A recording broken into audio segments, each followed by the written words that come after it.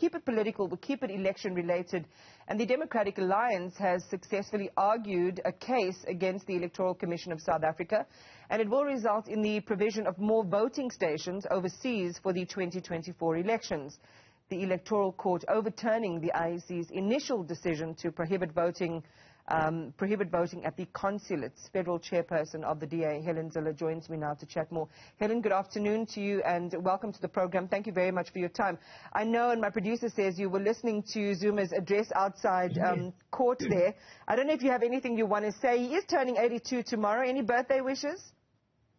Well, he's 10 years older than me, so he's got a big head start. But look, President Zuma and I, on a personal level, got on well for many years. We fundamentally disagreed around politics, but we got on well personally, and I wish him a happy birthday. And what do you think? I mean, I'm not sure if you caught the bits around the IEC, who was... your thoughts on that? Well, we have looked, obviously, at the case of the IEC wanting to say that Jacob Zuma cannot be on the ballot because he was sentenced for contempt of court to a prison term longer than a year. And in law, that looks as if it is the right decision. The outcome of the court was surprising to many lawyers because there's a major question as to whether it is correct in law. Jacob Zuma was not pardoned by the president. His sentence was just remitted. And obviously that leaves some vague area in the law, and we are waiting to see what the court's reasons are for upholding Jacob Zuma's application in order to determine whether we think it's good in law or not. And I'm sure the IEC may probably appeal it. Yeah, we're waiting to hear, as the country is, for the reasons that were given by the court. The IEC will then decide its decision. And we'll circle back to the IEC in just a moment. But let's stay with the issue that we invited you to talk about. And we'll talk about other political matters if we do have time. But we understand that the action that you had taken was sparked by complaints of South Africans in Australia who wanted to vote and wanted the honorary consulate outside the capital city, Canberra, to serve as a voting station. Just narrate for us what happened there. Well, there are about 40,000 registered voters, South African voters, who are living, studying or working in Australia and who want to vote in this election. Now, the IEC and the Department of International Relations and Cooperation, DIRCO, said that they could only vote in Canberra, which is very isolated from much of the rest of the country, but it's where the capital is and where the embassies are situated. So the South African government has a high commission in Canberra, which they said would be the only voting station in Australia, which meant, for example, that somebody living in Perth would have to buy a plane ticket and travel, I understand, up to 4 hours to go and cast their ballot at great expense. Now, obviously, 90% of people, if not more, aren't able to do that. And they wanted to be able to vote where they live, which is in Perth or in Melbourne or wherever they happen to be. And so they turned to the DA and said, we would like you to help us be able to cast our ballots. So we said, we certainly will, because the Electoral Act says that you are allowed to vote at any consulate or embassy or high commission, at any one, even if it is a honorary consulate, all over the world. That is what the law says, and that is what everybody has a right to do. And the IEC and DIRCO had no right to limit that option to only embassies and high commissions where there are staff transferred from South Africa. So they weren't abiding by their own law, and that is why we took the case to court, and that is why we won the case. And now anybody if I can, Helen, and we'll talk about what the impact now is going to be, which I think is where you're going to go next. What's the difference between consulates headed by transferred staff and honorary consuls? Well, I'll tell you what the difference is. There will be staff transferred from South Africa to an embassy or a high commission. That is obviously very, very expensive. So in many places we have an honorary consulate where a local person, often a South African, will be asked to be an honorary consul and fulfill the functions of a consul in that place without remuneration. So that is what happens, and then you have an honorary consul, and if you are in trouble as a South African, for example, in Perth, you turn to the honorary consul and you say, I'm in trouble and I need your help.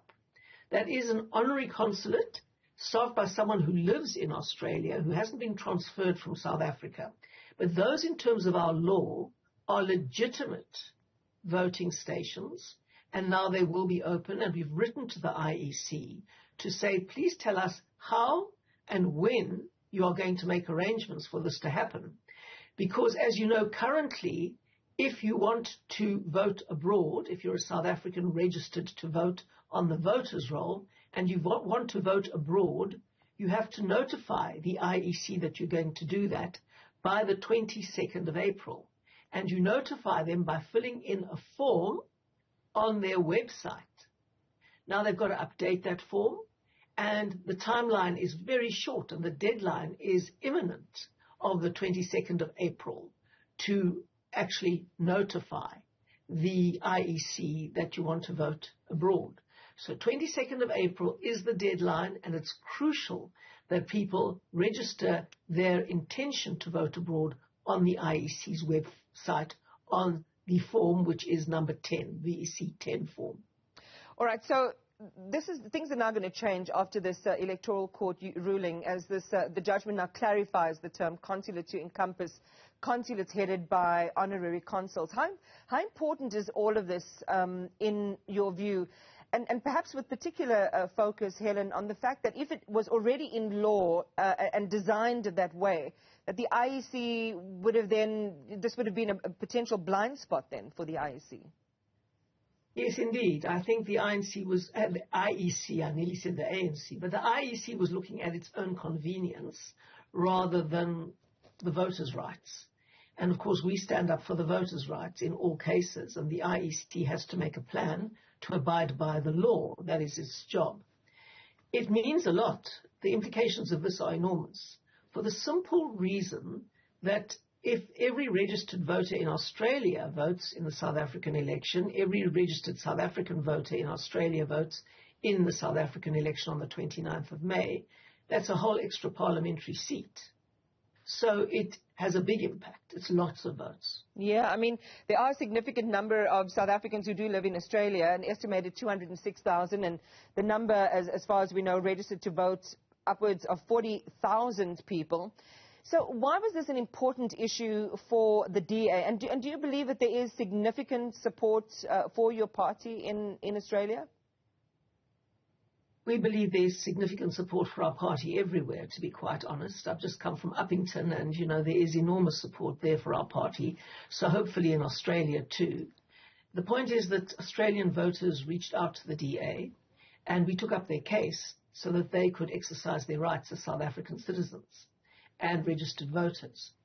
Now, it's really important to do this because we're hoping that everybody who's gone away from South Africa for whatever reason will want to return one day. We want a functioning, stable, prosperous democracy. That is what the DA is working for. We love South Africa, and most people across the world are passionate and love South Africa if they were born and raised in South Africa. So we want to make South Africa a successful democracy, and anybody who wants to vote to assist in that effort must be allowed to.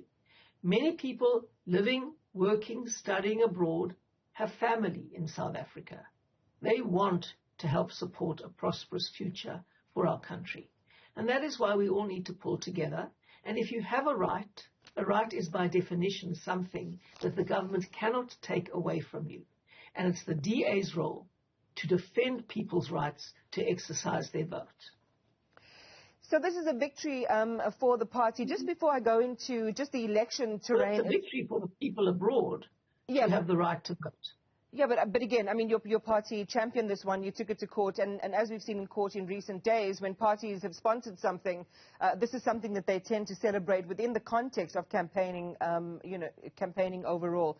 I just want to go to one thing, and we've asked various people, who are commenting, or, political parties, on their view of the IEC after matters like this. So what's your view on the challenges faced by the IEC on this matter now? The win for Zuma, then, we saw earlier from the Electoral Court that was upholding the appeal by the MK to keep him on their on their parliamentary candidate list. These two issues together, and just some of the other things that have come up, which people have raised as just some concerns on the way that the IEC has managed various things. Your thoughts on the integrity, the credibility, the ability, as we've seen historically, of the IEC to do and execute its primary mandate, which is to run, credible elections. Well, it's an enormous logistic exercise to run an election in any country, and South Africa is no exception. We're a vast country. We have voting stations in every corner of South Africa, and it's a massive, massive logistic exercise to get every piece of infrastructure in place for that, get people trained to run that, etc., etc. But the IEC only has one job, and that is to do that and to get it right, and to enable every South African citizen with the right to vote, the right to do just that, in a way that doesn't put unnecessary obstacles in their way. Now, we've been very worried at times in the past about the objectivity of, let's say, presiding officers at polling booths. So, for example, you'll remember that in Nelson Mandela Bay, at a DA stronghold, there were queues around the block, literally, and one voter management device that took forever to process each voter. And many voters were leaving the queue because they just couldn't stand there for 5-6 hours in the day. And in some places they were still voting at 11 o'clock at night because they'd been in the queue by 9 o'clock that night. And by 11, 12 o'clock, even in the early hours of the morning, they were still waiting to vote. And of course, thousands of people can't spend hours and hours and hours in the queue. The weather was bad. It was very, very difficult. And when I went and queried this and asked them to get another voter management device and timed the process and said to them and the presiding officer, you can't do this. It is depriving people of their right to vote. She went and called the police and had me arrested. I was very polite. I hadn't overstepped my mark. I had the right to be in the polling booth. I had everything signed and sealed. I had all the papers done. I simply raised an objection. She said she was having her lunch, and she did not want to be interrupted in her lunch. I went back after the lunch, no difference, and eventually she had me arrested. Now, we lost thousands of votes in Nelson Mandela Bay, which could have made a huge difference to the election outcome, simply by the extraordinarily poor management of the election in certain spaces there at various polling booths. And when I just looked up the name of the presiding officer at that particular polling booth and went onto her Facebook account, I saw her presiding over ANC meetings in full ANC regalia, an absolutely full-blown ANC member running an election in a DA stronghold. Now, that is not on, and that has to fundamentally undermine the respect for the IEC and the trust in the IEC. And so we made that point, and we sent them all those photographs, and we said, how is it that you choose a person like this to preside over an election in a critical space? So we don't want the South African Democratic Teachers Union to dominate polling booths across South Africa as they have in the past. And we think that that is a fundamental conflict of interest because the South African Democratic Teachers Union is affiliated to the ANC. So we take a strong view on that, and the IEC must up its game to win the trust of all South Africans. Helen, thanks for talking to us, and that's an issue we want to put to among a range of other issues with the IEC, because ultimately we want to, as a country, have the assurance that when the election result is declared, that everybody believes in the credibility of that result, and there's no undermining to both the integrity and the ability of the IEC to run credible and free and fair elections. So we'll certainly raise a number of these issues with the IEC in coming days. Thanks for talking to us. This is the DA's Federal Chair.